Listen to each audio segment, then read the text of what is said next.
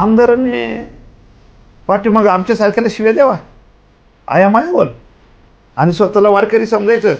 ते बोलताना त्यांनी मला शिवी दिली, अजून 1-2 कार्यकर्त्यांना शिवी दिली त्यांनी. तसं ते दिलीप अण्णा मोहित्यांना सुद्धा माझ्यासमोर शिव्या दिल्या त्या माणसाने. नाही, काय झालं, माझं पक्षातलं योगदान किती आहे हे आदरणीय सचिनभाऊ अहिर यांना माहिती नाही. समाजी शेतकाळे 3 नंबरला गेले, तर मी आमदार झालो. आता संघटनासुद्धा माझ्या ताब्यात पाहिजे. ते 80% आयात केले. विजयसिंह शिंदे ते आयात केले, सुधीर भाऊंचे आयात केले. त्यानंतर तुम्हाला सांगतो दीप्ती भोगाडे ते आयात केल्यात. त्यानंतर बाबाजी काळे यांची भगिनी, कारण ते काँग्रेसमध्ये काम करत होते, ते आयात केल्यात. त्याच्यानंतर वनघरे आपला तो दिलीप अण्णा मोहिते यांच्याबरोबर तिथे उपसभापती झाला, ते आयात केले. महावार्ता लाईव्हमध्ये आपलं स्वागत आहे. आपल्या समेत खेड तालुक्यातील हाडाचे शिवसैनिक, आक्रमक नेते म्हणून ज्यांची नाव घेतलं जातं असे शिवसेनेचे नेते, गेले 35 वर्ष ते शिवसेनेमध्ये कार्यरत, एकनिष्ठ शिवसैनिक म्हणून ते ओळखले जातात. आज आपण अशोकजी खांडेबराड, आपण आज त्यांच्याबरोबर बातचीत करणार आहोत, काही राजकीय चर्चा देखील करणार आहोत. नमस्कार. नमस्ते. गेले 35 वर्ष तुम्ही शिवसेनेमध्ये आहात. शाखा प्रमुख ते जिल्हा प्रमुख असा तुमचा शिवसेनेमध्ये प्रवास झालेला आहे. तुम्ही लोकसभा, विधानसभा, जिल्हा परिषद ह्या निवडणुका लढवलेल्या आहेत आणि आत्ता खेड तालुक्यातील मेदन करवाडी काळूस गटातून तुम्ही उमेदवारी पक्षाकडे मागितली होती. तुमची उमेदवारी डावलली का डावलली आणि तुमच्या तिकिटाला कुणी कात्री मारली? माझ्या तिकिटाला आमदार बाबाजी काळे यांनी कात्री मारली. कारण मी संजय राऊत साहेबांशी चर्चा केल्यानंतर संजय राऊत साहेबांनी सांगितलं की बाबाजी काळे हे तुमच्या उमेदवारीला विरोध करतात. त्यांचं असं म्हणणं होतं, यांना जर उमेदवारी दिली तर मी जे सगळी माणसं जी उभी केलेली आहे पक्षाच्या माध्यमातून उमेदवारी अर्ज भरतोय, मी सगळे जिल्हा परिषद आणि पंचायत समिती सदस्य हे अपक्ष उभे करेल. तुम्हाला त्यांना उमेदवारी द्यायची असेल तर त्यांच्याकडे EB फॉर्म द्या, असं त्यांनी पक्षाला वेठी धरल्यामुळं माझी उमेदवारी कट करण्यात आली. नाही, तुम्ही विधानसभेला त्यांचं काम केलं, निवडून आणण्यासाठी तुम्ही जीवाचं रान केलं आणि मग 1.25 वर्षामध्ये तुमचे आणि त्यांचे संबंध का बिघडले? कशामुळे बिघडले? माझे आणि त्यांचे संबंध असे बिघडलेच नव्हते, फक्त त्यांच्या मनामध्ये माझ्याबद्दल द्वेष होता. द्वेष म्हणजे त्यांना वाटलं यांना जर आता उमेदवारी दिली, हे जिल्हा परिषद सदस्य झाले, परत जर हे विधानसभेला इच्छुक झाल्यानंतर मग माझं काय, ह्या भीतीपोटी त्यांनी माझी उमेदवारी कट केली. नाही, मग तुम्हाला पक्षाचे वरिष्ठ नेते जे काही जिल्ह्याचे संपर्क प्रमुख आहेत, तुम्ही त्यांच्या संपर्कात नव्हता का? त्यांनी तुम्हाला काय आश्वासन तिकिटासाठी असं काही दिलं नव्हतं का? सातत्याने त्यांनी मला सांगितलं, सगळ्यांची उमेदवारी सचिन भाऊने सांगितली ती माझ्या लेवलला आहे, फक्त तुमचीच उमेदवारी ही वरिष्ठांच्या लेवलला आहे, असं त्यांनी मला सरळ सांगितलं. वरिष्ठांकडनं जो निरोप येईल त्या पद्धतीने तुमची उमेदवारी होईल. मी त्यांना म्हणलं असं का? नाही, ते म्हणले आमदार तुम्हाला विरोध करतात, तुम्ही जिल्हा प्रमुख आहे, हा निर्णय माझ्या लेवलला घेता येत नाही, ती वरिष्ठांकडे तुमची उमेदवारी सोपवलेली आहे, वरिष्ठांबरोबर चर्चा करून तुमचं उमेदवारी यशनो केली जाईल. अरे बापरे. मग आता मग आमदारांनी तुमची उमेदवारी कापली असं तुम्हाला म्हणायचे का? हा, म्हणजे त्यांनी आग्रह केला की त्यांना जर उमेदवारी देत असेल तर मी बाकीचे सगळे उमेदवार अपक्ष उभे करील, त्यांना त्यांच्याकडे सगळ्यांचे EB फॉर्म द्या, त्यांना म्हणा तुमची माणसं उभी करा. आणि मग सचिन भाऊ किंवा वरिष्ठांना वाटलं जर आमदारच विरोध करीत असेल तर मग कसं काय होणार, त्यापेक्षा मग त्यांनी आमदाराचा शब्द ऐकला. तुमचं प्रचंड संघटन कौशल्य, तुम्ही तालुक्यामध्ये पक्षवाढीसाठी आंदोलने केली, एक आक्रमकपणाने भूमिका घेतल्यामुळं न्याय देखील सर्वसामान्य लोकांना मिळाला.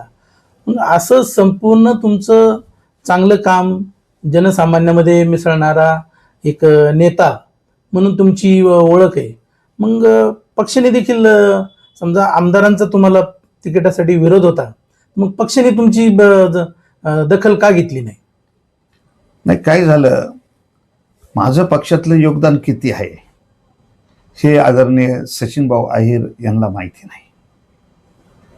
कारण ते नव्यानेच शिवसेनेमध्ये आल्यामुळे त्याचनंतर फक्त संजय राऊत साहेबांना हे माहिती आहे, हे जुने कार्यकर्ते, पण त्यांना सुद्धा माझं पक्षातलं योगदान माहिती नाही.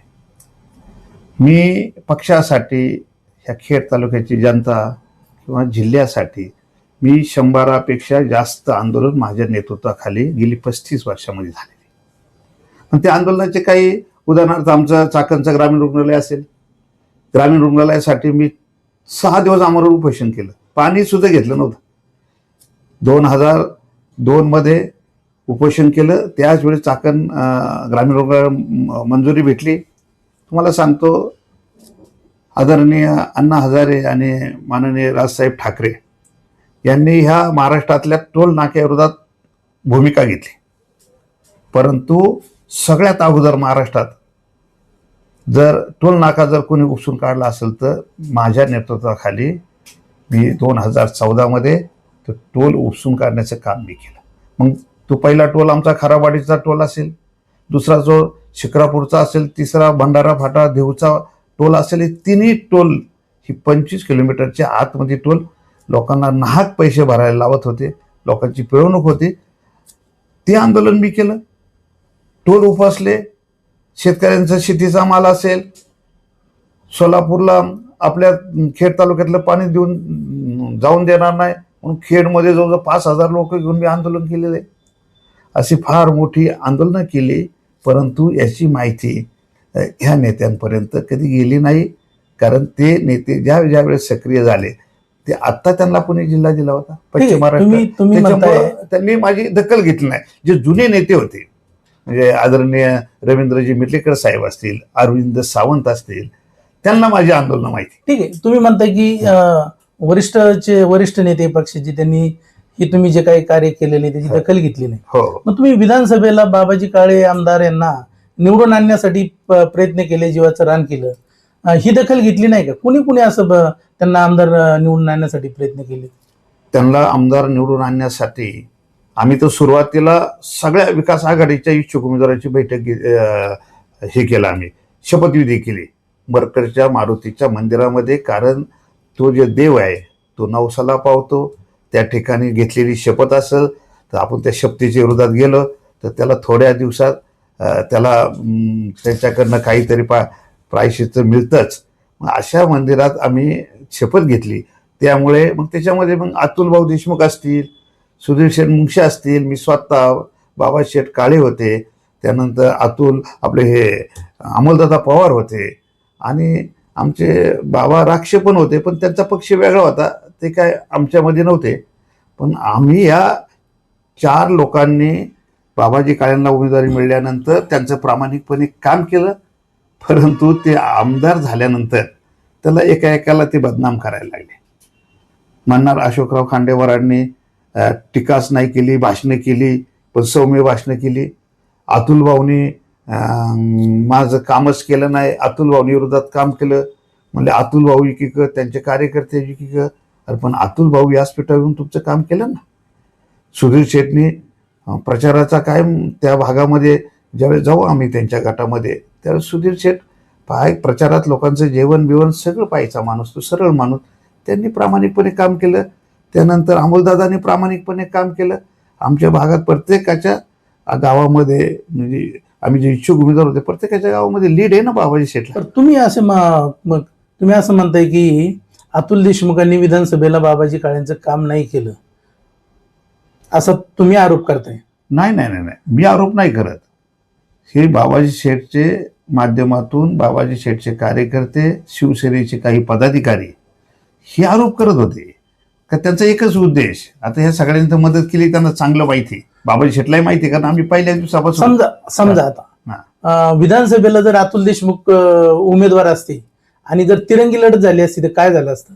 तिरंगी लढत झाली असती तर बाबाजी शेठ काळे 3 नंबरला गेले असते. अतुल भाऊ देशमुख आणि दिलीप शेठ मोहिते पाटील यांच्यामध्ये फाईट झाली असते 1 आणि 2 नंबरसाठी. कारण काय झाले, बाबाजी शेठ निवडून आले, 52,000चं मताधिक्य मिळालं. याचा अर्थ बाबाजी शेठ फार पॉप्युलर होते असं काही नाही. आमच्या भागात बाबाजी शेठ आजही माहिती नाही कुणाला, आमदार असून सुद्धा नाही ना माहिती. पण ही निवडणूक आहे ना, ही निवडणूक जिंकण्यासाठी खेड तालुक्यामध्ये झालीच नव्हती. ही निवडणूक माननीय दिलीप अण्णा मोहिते पाटील यांना पराभव करण्यासाठी सगळे पक्षाचे कार्यकर्ते, त्यांच्यातले काही कार्यकर्ते, सगळ्या पक्षाचे, मग युतीचे काही कार्यकर्ते आणि आघाडीचे सगळे कार्यकर्ते, हे सगळे एकत्र आले ना. मग त्याच्यासाठी ही निवडणूक झाली. ही जिंकण्यासाठी निवडणूकच नव्हती, ही पराभव करण्यासाठी निवडणूक होती. आणि म्हणून हे सगळे एकत्र आले. आता त्याच्या अगोदर कसं झालं, अतुल भाऊनी पूर्ण तयारी केली होती. अनेक महिला त्यांनी ट्रिपला नेल्या. काय अगोदर काय वाटायचे, साड्या बिड्या, काय लाखो लोकांना साड्या वाटल्या. सुधीर शेटनी तेच केलं, त्यांनी ट्रिपा काढल्या. तालुक्यातल्या प्रत्येक मतदारांना काही ना काही देण्याचा प्रयत्न केला. आमच्या अमोलदादा पवारांनी सुद्धा तेच केलं. त्यांनी तर प्रत्येक गावामध्ये स्मशानभूमीला स्वतः पक्षाच्या माध्यमातून चटाया वगैरे दिल्या. अनेक गावाला अनेक विकास कामासाठी काही साधनं दिली. मी सुद्धा सातत्याने, कारण मी यांच्यामध्ये सर्वात जुना असल्यामुळे 2009ला थोड्या मताने माझे पराभव झाला. त्यामुळे माझं वर्चस्व खेड तालुक्यामध्ये लोकांमध्ये, मी म्हणजे आतापर्यंत माझ्या जीवनात तुम्हाला सांगितलं, मी 100 आंदोलनं केली. त्याच्यानंतर 1.5 लाख लग्न केलेत. मी जवळजवळ 15,000 दसक्रियेचा कार्यक्रम केलेत. माझ्या एवढा खेड तालुक्यात तर कोण नाहीये.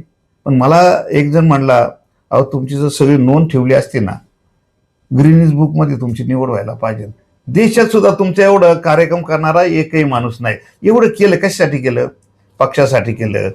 ह्या तालुक्यातल्या जनतेच्या वेगळ्या प्रश्नासाठी केलं. सुखदुःखात गेलं म्हणजे पक्षही वाढतो. माझी प्रामुख्याने भूमिका काय, पक्ष जनतेपर्यंत कसा जाईल याच्यासाठी सगळं सोडून एवढ्या वर्ष 35 वर्ष मी जनतेमध्ये गेलो. त्याच्यामुळे ह्या सगळ्यांचा फायदा बाबाजी शेठला झाला आणि ते निवडून आले.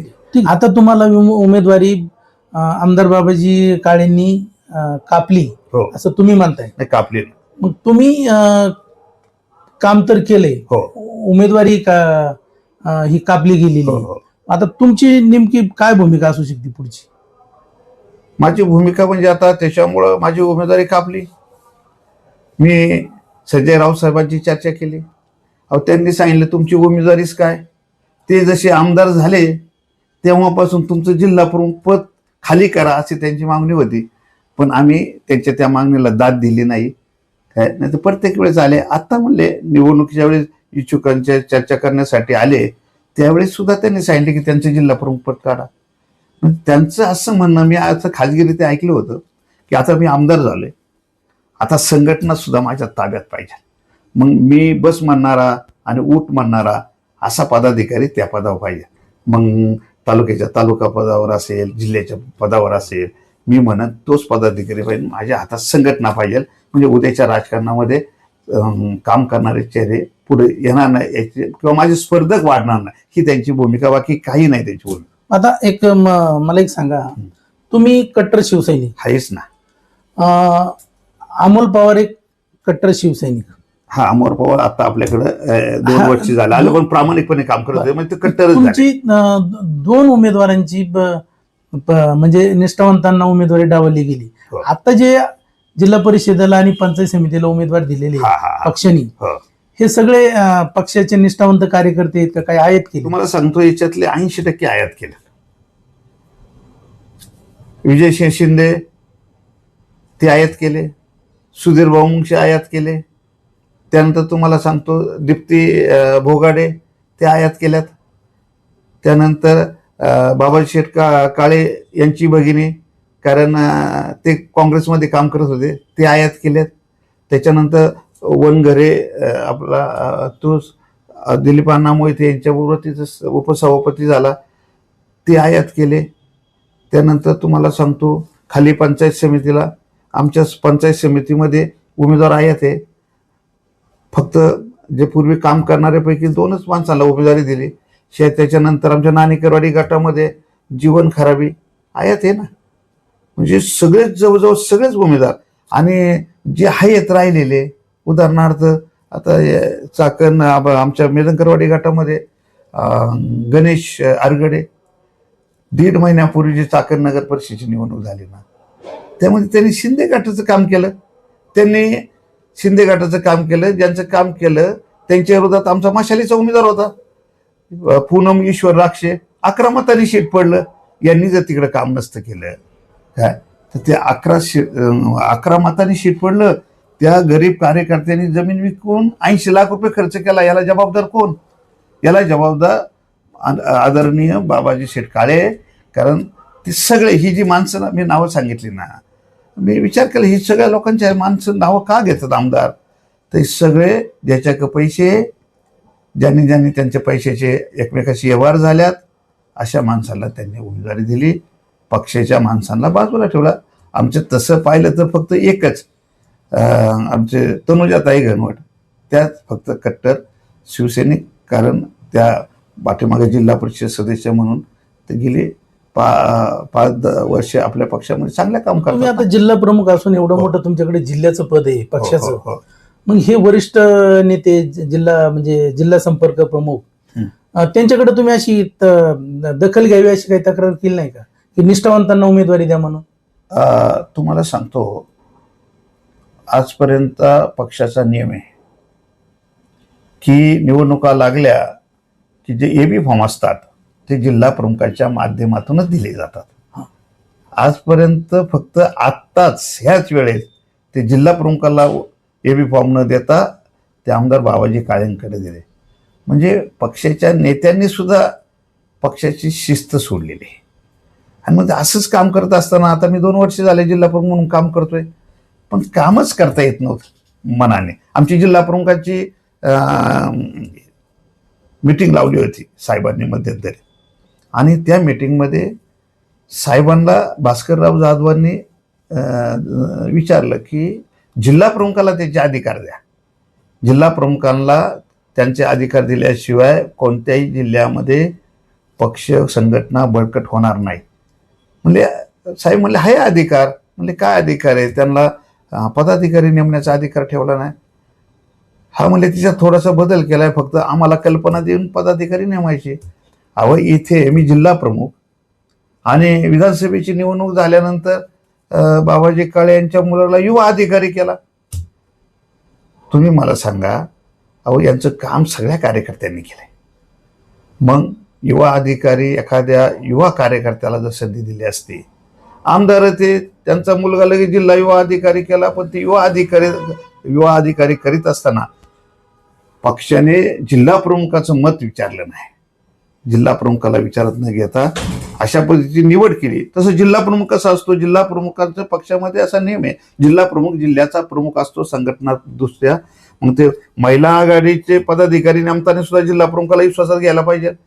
युवा सेनेचे पदाधिकारी नेमताना सुद्धा जिल्हा प्रमुखांना विचारात घ्यावं लागतं. कारण जिल्हा प्रमुखाच्या माध्यमातून फादर बॉडी असते, संघटना चालत असते. आणि म्हणून काही विचारच घेत नाही, परस्पर निवड करतात. त्याच वेळी मी ठरवलं होतं की जर पक्षामध्ये जिल्हा प्रमुखांना जर किंमत नसेल ह्या पदाला, काय तर या पदावर राहायचं कशासाठी? मी त्याच वेळेस राजीनामा देणार होतो. परंतु म्हटलं ठीक आहे, अजून काय बदल होतोय का काय. म्हणजे ह्या सगळ्या संघटनात्मक दृष्ट्या मी एवढ्या वर्षी काम करतोय. एवढ्या वर्षी काम करताना आता तुम्हाला सांगतो, आता मी शिवसेना पक्ष सोडला. मी जिल्हा प्रमुख असताना सुद्धा त्याग करून टाकला. काय मला जर अजितदादा पवारांकडे जायचं असतं तर मी निवडणुकीच्या अगोदर गेलो असतो ना. मला जर काय पाहिजे असतं ना तर निवडणुकीच्या अगोदर गेलो असतो. आता 2-3 दिवस ते बाबाजी शेठ काळ्यांनी नाही. एक मला सांगा, तुमचं तिकीट पक्षाने कापलं. हो. त्यानंतर तुम्ही थेट आता हयत नाहीत, राज्याचे उपमुख्यमंत्री, जिल्ह्याचे पालकमंत्री अजितदादा पवार यांच्याशी संपर्क केला. हो, झाला होता पक्षामध्ये जाण्यासंदर्भात. आणि तुमचा तो नेमकं काय, म्हणजे तुम्ही कसा संपर्क केला आणि काय ठरलं होतं? नाही, मी स्वतःहून संपर्क केला नव्हता. परंतु कोणत्या तरी मान्यवरांनी माझं नाव अजितदादांना सुचवलं, कारण त्यांना तालुक्यातली खतखत त्यांना माहिती होती, पक्षातली खतखत त्यांना माहिती होती. आणि त्यांचं नाव सुचवल्यानंतर अजितदादांनी पूर्ण चौकशी करण्यासाठी मग दिलीप अण्णा मोहितेंना फोन केला माझ्याबद्दल, की काय त्यांना जर घेतलं तर काय होईल, तुमचं काय मत आहे. ते म्हणले माझं काही मत नाही, घेऊ शकता. मग शरदराव बुटे पाटलांना त्यांनी चौकशी केली दादांनी. तर शरदराव बुटे पाटलांना विचारलं कसं काय, तर शरदराव बुटे पाटील म्हणले अत्यंत चांगला माणूस आहे, आपल्याला पक्षाला त्याचा फार उपयोग होईल, काय जनमानसातला माणूस आहे, संघर्ष संघटना वाढवणारा माणूस आहे, फायदा होईल. तर दोन्ही मान्यवरांना चौकशी केल्यानंतर दादांनी वळसे पाटलांना सुद्धा चौकशी केली, काय की तुमचं काय मत आहे, कारण ते जिल्ह्यावर काम करत होते, तुमचं काय मत आहे. तर वळसे पाटील म्हणले त्यांना ताबडतोब घ्या, आपल्याला जिल्ह्यामध्ये त्यांचा निश्चित फायदा होईल. आणि म्हणून मग अजितदादाकडनं मला फोन आला.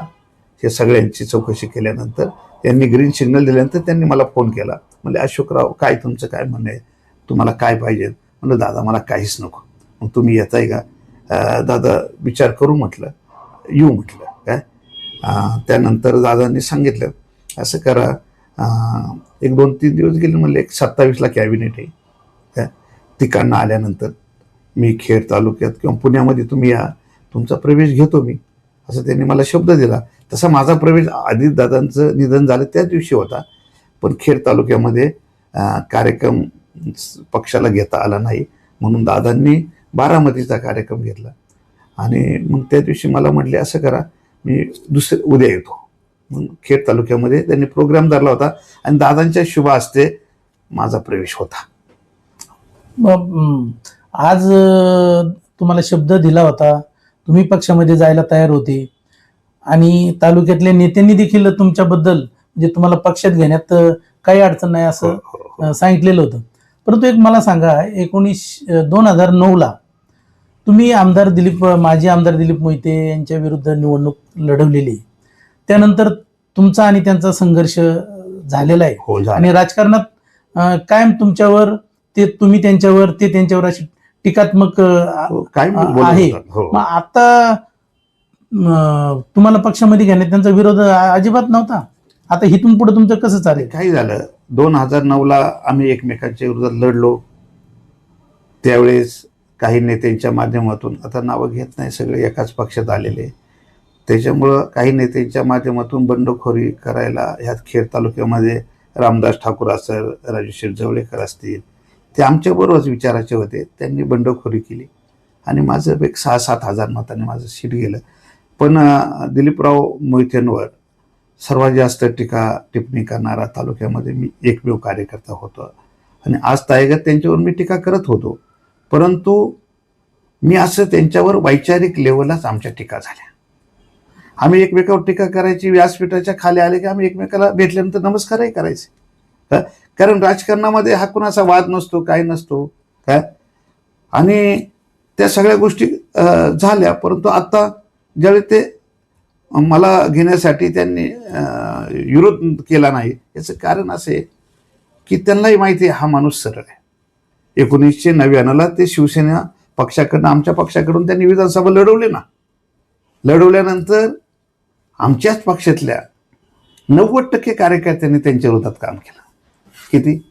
90%. एकटा अशोक खांडेबराड त्यांचा प्रचार प्रमुख झाला आणि मी शेवटपर्यंत पक्षाचा उमेदवार म्हणून माझं, त्यांचं पक्षामध्ये आमचा वेगळा गट असायचा, त्यांचा वेगळा असायचा, काय. परंतु ज्यावेळेस पक्षाने उमेदवारी दिली, मी स्वतः त्यांच्या गाडीमध्ये बसलो पक्षासाठी, काय. सकाळपासून संध्याकाळपर्यंत मी त्यांचा प्रचार प्रमुख झालो, काय. एवढं कष्ट केलं. त्यावेळेस फक्त 3400 मतांनी आदरणीय दिलीप अण्णा मोहिते पडले.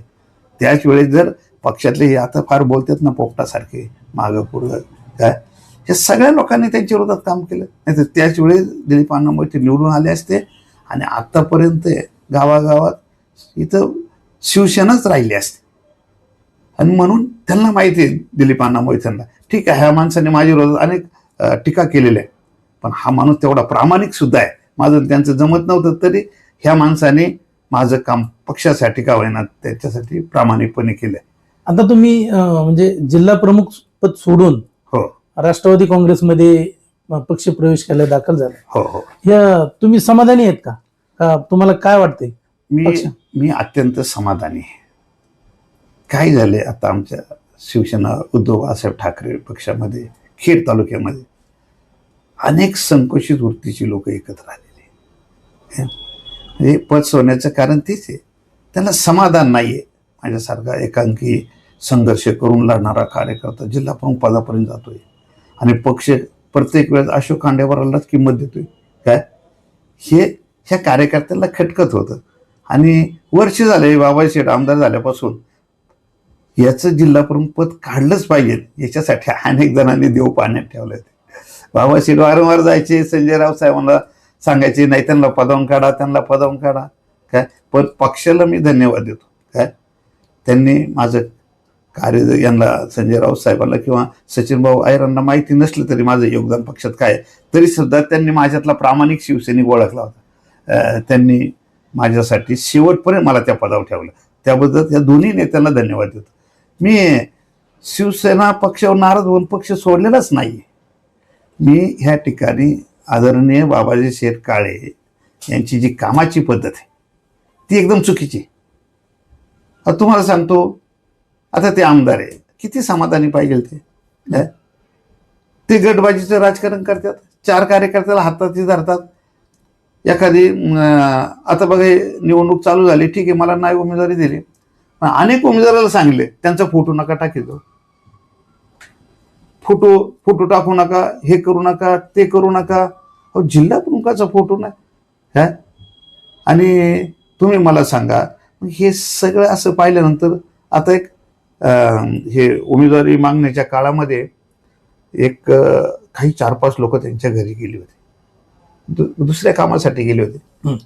आमदारांनी पाठीमाग आमच्यासारख्याला शिव्या द्यावा आयामायावर आणि स्वतःला वारकरी समजायचं. ते बोलताना त्यांनी मला शिवी दिली, अजून 1-2 कार्यकर्त्यांना शिवी दिली त्यांनी. तसं ते दिलीप अण्णा मोहित्यांना सुद्धा माझ्या समोर शिव्या दिल्या त्या माणसाने. काय मागचं एकदा ते याला आलं होतं, मीडियामध्ये आले होतं, ते काय मेले होते का? आपण वारकरी संप्रदाय म्हणतो, आपण वारकरी संप्रदायाचे पाईक म्हणतो. वारकरी म्हणून आपण निवडणुकीमध्ये प्रत्येक वेळेस वारकरी म्हणून तुम्ही ती लोकांची सहानुभूती मिळवण्याचा प्रयत्न केला. काय घरी आल्यानंतर तुम्ही प्रत्येकाला काहीतरी सांप्रदायिक वस्तू भेट द्यायची. म्हणजे तुम्ही फक्त वारकरी असल्याचा तुम्ही फक्त पोशाख धारण केलेला आहे. काय तुम्ही वारकरी असाल तर अशा पद्धतीची भाषा ह्या खेड तालुक्याच्या आमदाराला शोभत नाही, त्यांची भाषा अशोभनीय आहे. आणि म्हणून खेड तालुक्याचं त्यांच्या भाषेमुळं खेड तालुक्याची किंमत कमी होतीये. आणि त्यांचे सगळे विचार वगैरे त्यांच्या पाठीमागची ती त्यांची सगळी ज्ञान काय हे पाहिल्यानंतर मी म्हणलं यांच्यामध्ये राहण्यात काय अर्थ नाही. मला तिकडे राष्ट्रवादीमध्ये काही नाही मिळालं तरी चालेल, तिथं फार मान सन्मान भेटला बाद झालं. मग काय पक्षाचं कुठलाही पक्ष हा फक्त लेबल लावण्यासाठी असतो. प्रत्येक पक्षाच्या माध्यमातून फक्त एकच असतं की कार्यकर्त्याला समाजातलं काम करता आलं पाहिजे, लोकांच्या प्रश्नासाठी त्याला रस्त्यावर येता आलं पाहिजे, ते सोडवण्यासाठी त्यांनी प्रयत्न केला पाहिजे. याच्यासाठी पक्षाचे लेबल असतात, याच्यासाठी एखादा विचारधारा आपल्याबरोबर घ्यावा लागते. आदरणीय शिवसेना प्रमुखांचे विचार मला लहानपणापासून, मी शालेय जीवनामध्ये होतो तेव्हापासून. आता सुरेश चव्हाणांनी परवा काय माझ्या विरोधात ते स्वतः मनाने बोलत नाही ही मंडळी. आता विजयाताई शिंदे बोलल्या, सुरेश अण्णा चव्हाण बोलले, ते काही मनाने बोलले नाही, त्यांना बाबासाहेब काळे यांनी बोलायला लावले, कारण त्यांचे 2 पंटर तिथं पाठीमागे बसलेलं होतं. काय त्याच्यामुळे अशा पद्धतीच्या लोकांमध्ये आता हे कशाला सांगतात. आता सुरेश अण्णा म्हणला त्यांचं आमदारकीचं डिपॉझिट जप्त झालं. आता मी 2 नंबरला 45,000 मतं घेतली, 5-6 हजारांनी माझं सीट गेले. ते काय आमदार, मग ही फक्त आहे ना हे बदनामी करण्यासाठी. मला त्यांना सांगायचे ज्यांनी 2 दिवस आहे ना पुण्याला यायला काय बोलतात ना, हे लवंगी फटाकडे तुम्हाला सांगतो. काय यांचं योगदान, हे यांचे काम करण्याची पद्धत, आता मी त्यांच्यावर बोलणार नाही कारण मी कार्यकर्त्यावर न बोलणार आहे. आणि कारण आता मला त्यांना एवढंच म्हणायचं, तुम्ही आमदार बाबाजी काळे असतील, तुम्ही असेल, तुम्ही सर्व खेडमध्ये राहणारी माणसं आहे, राजगुरुनगरमध्ये. मग तिथं आपला नगर परिषदेमध्ये बापूसाहेब थिगळे उभे होते, माजी नगराध्यक्ष. काय त्यांनी शिवसेनेच्या मशाल चिन्हावर त्यांनी निवडणूक लढवली, त्यांना 900 मतं मिळाली. अहो ती सगळी बापूचीच मतं होती. तुम्ही काय करत होते तिथं? तुम्ही फार निष्ठावंत आहे ना, तुमची लई ताकद आहे ना तिथं. ह्या सगळ्यांची आमदार वारंवार म्हणतात ना, मी 52,000 निवडून आलोय. काय आपण तुमचं एवढं तुमची ताकद आहे तर मग तिथं तुम्हाला खाली माणसं मिळाली नाही नगर परिषदला. तुम्हाला त्या ठिकाणी बापूला थिगळ्यांना नगराध्यक्ष 31-32 हजार मतापैकी तुम्हाला फक्त 900 मतं. त्यांचं अख्खं थिगळे तर बापूच्या मागं होतं. अहो ते सगळी बापूंचीच होतं. तुम्ही काय केलं? म्हणून अशा लोकांनी माझ्यासारख्या एवढं कष्ट घेणारे माणसं बोलू नये. तुम्ही दुसरा एक आरोप असा केलाय की सगळे जिल्हा परिषदचे तिकीट आयात उमेदवाराला दिलेली आहेत. हो. मग आता ठीक आहे, निवडणूक सुरू आहे. आता हे उमेदवार जिल्हा परिषदचे हे निवडून काय तुम्हाला काय वाटतं? निवडून क्षमता तुम्हाला सांगू का, आता काय झालंय, बाबाजी शेठची बहीण त्या आहेत कुरळी निगुजे चरोली ग्रामीण गटातील. त्यांना 2 जिल्हा परिषदेचे गट ओलांडून ते 3ऱ्या गटामध्ये म्हणजे पाईट गटामध्ये निवडणुकीला उभे राहण्यासाठी आले. म्हणजे ते बांधभाऊ पण नाही काय की जर त्यांचं गाव जणू काय पाईट गटाला एकदम लागूनच आहे असंही नाही ना. तर त्यांनी मेदनकरवाडीचा गट सोडून त्यांना चाकण क्रॉस करून यावं लागलं.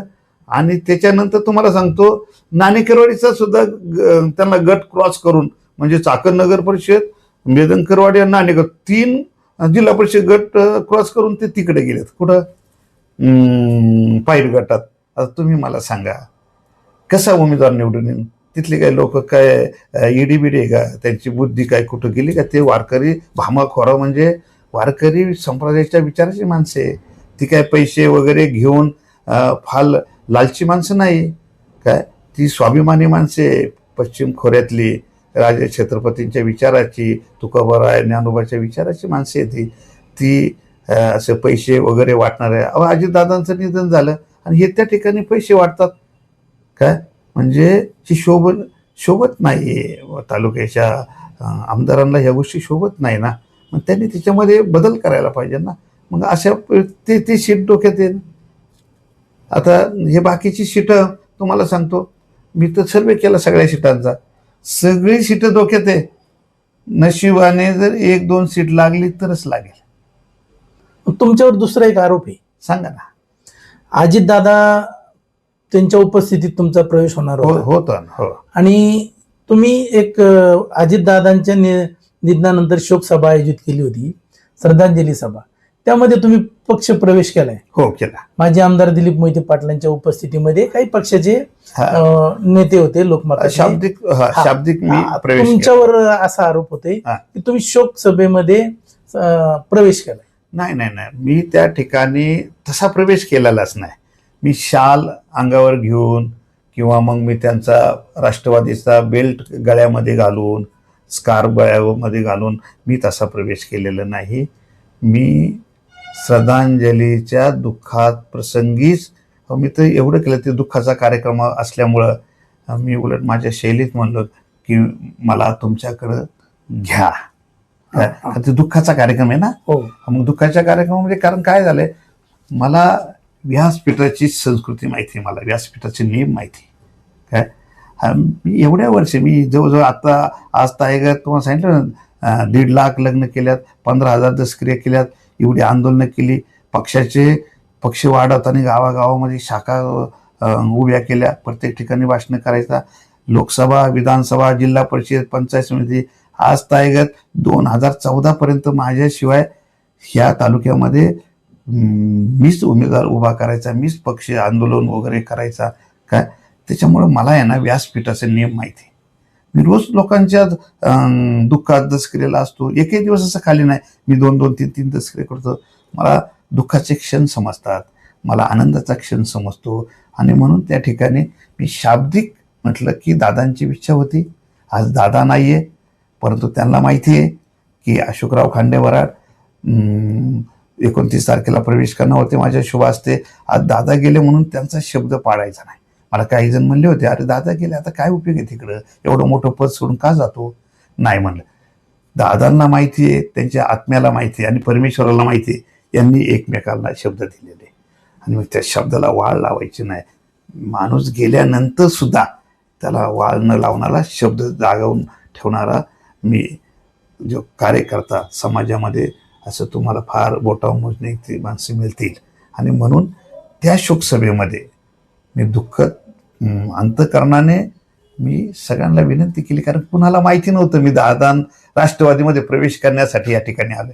ह्याची फक्त जाणीव आदरणीय दिलीपांना मोहिते पाटील आणि आदरणीय शरदभाऊ बुटे पाटलांनाच दोघांना माहिती होती.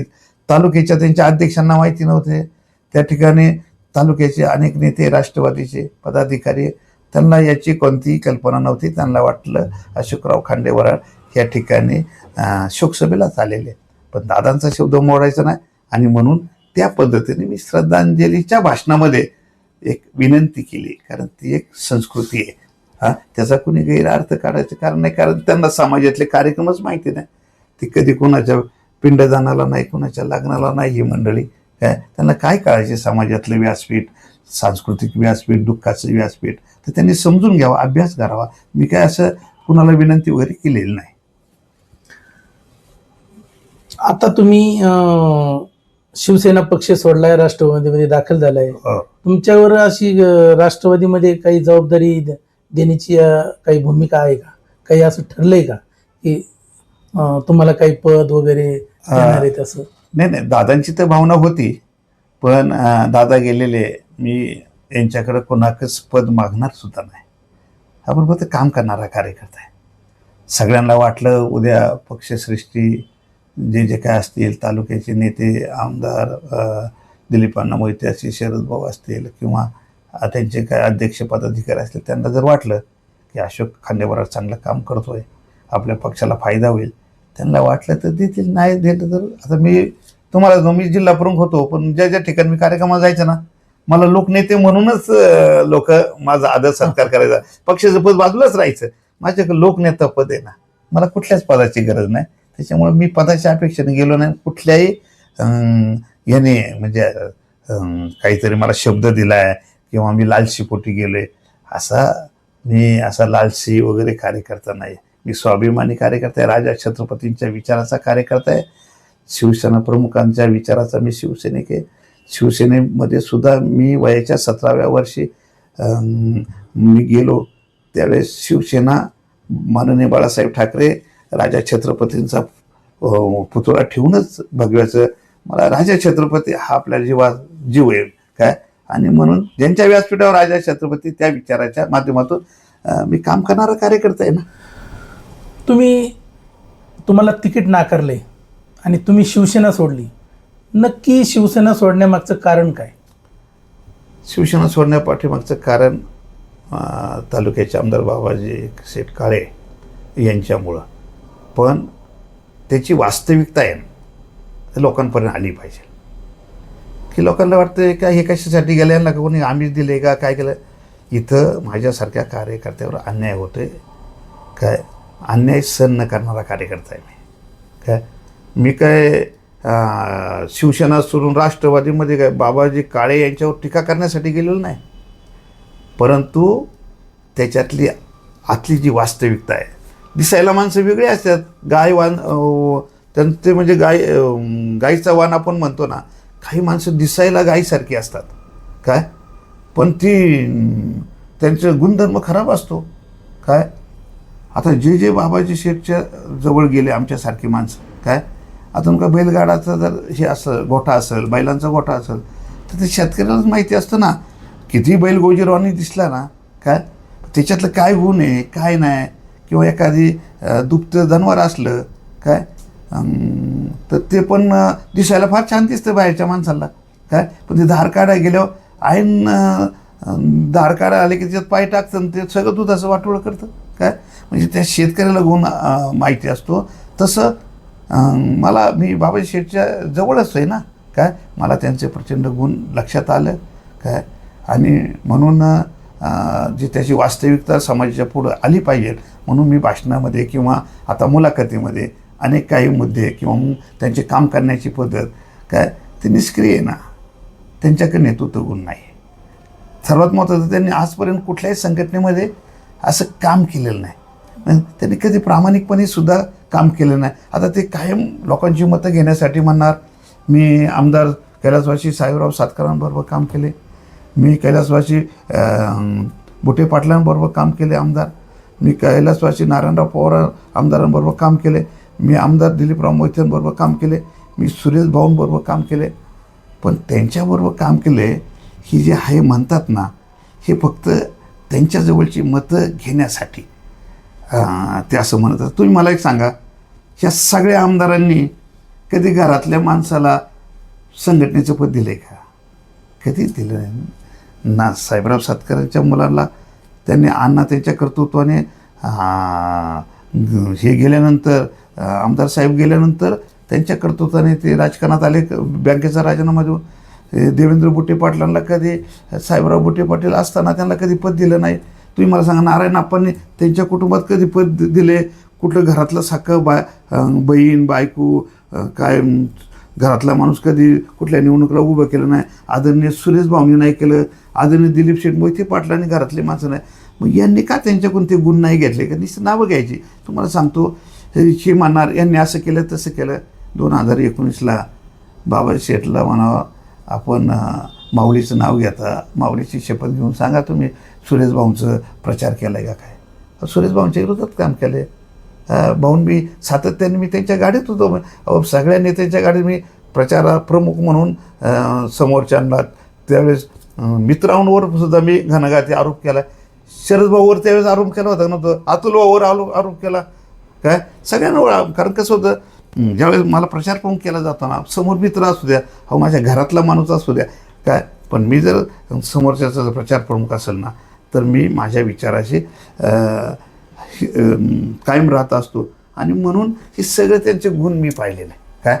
त्याच्यामुळं आताही त्यांनी आता ही जी बोलतात ना, त्यांना मनातून तुम्ही सुखी म्हणजे समाधानी आहे का, ते आपलं बोलायला सांगितलं म्हणून बोलतात काय. पण त्यांना बी निष्ठावंताची जाणीव आहे काय. म्हणजे शिंदेताई असेल, सुरेश अण्णा असेल काय, त्यांच्याबरोबर बाजूला बसणारी 8 दिवसापूर्वी मला म्हणले पत्रकार परिषद घेऊ आपण आमदारांच्या विरोधात. अरे म्हणलं मी जिल्हा प्रमुख आहे, मला त्यांच्या विरोधात नाही काही घ्यायचं, मी पक्षाचं नियम पाळणार कार्य, तुमचं तुम्ही घ्या. म्हणजे ते काल अशी म्हणत होती, हे काय कोणाला माहिती आहे का काय. त्याच्यामुळं हे सगळ्या गोष्टीमध्ये मी हेही सांगतो की ही वास्तविकता. आणि आता सुरेश भाऊचं निधन झाल्यानंतर किती कौतुक सुरेश भाऊंचं. आणि ते 2019ला पराभव झाल्यानंतर हळूहळू बाबाजी शेठ त्यांच्या विरोधात एका कार्यकर्त्यांना असं कानात भरीत होते, त्यांच्याबद्दल विष निर्माण करीत होते. आणि भाऊचं निधन झालं, मग त्यांना वाटलं आता भाऊ तर गेलेच आहे, मग आता भाऊला चांगलं म्हणाय काय हरकत आहे, गोरे फॅमिली आणि चाकण करतं रे आपल्या मागे येतील. म्हणजे हे असं लवाड आणि हे सगळं काम त्यांच्याकडे मी पाहिलं. मी पण माणसं ओळखणारा माणूस आहे ना, एवढ्या वर्षी समाजात काम करतो, आणि हे मला त्रास द्यायचं काम त्यांचं प्रचंड चालू होतं. आणि म्हणून आजही मी काय त्यांच्यावर टीका करण्यासाठी इकडं आलेलो नाही काय, एवढं तुम्हाला सांगतो. धन्यवाद.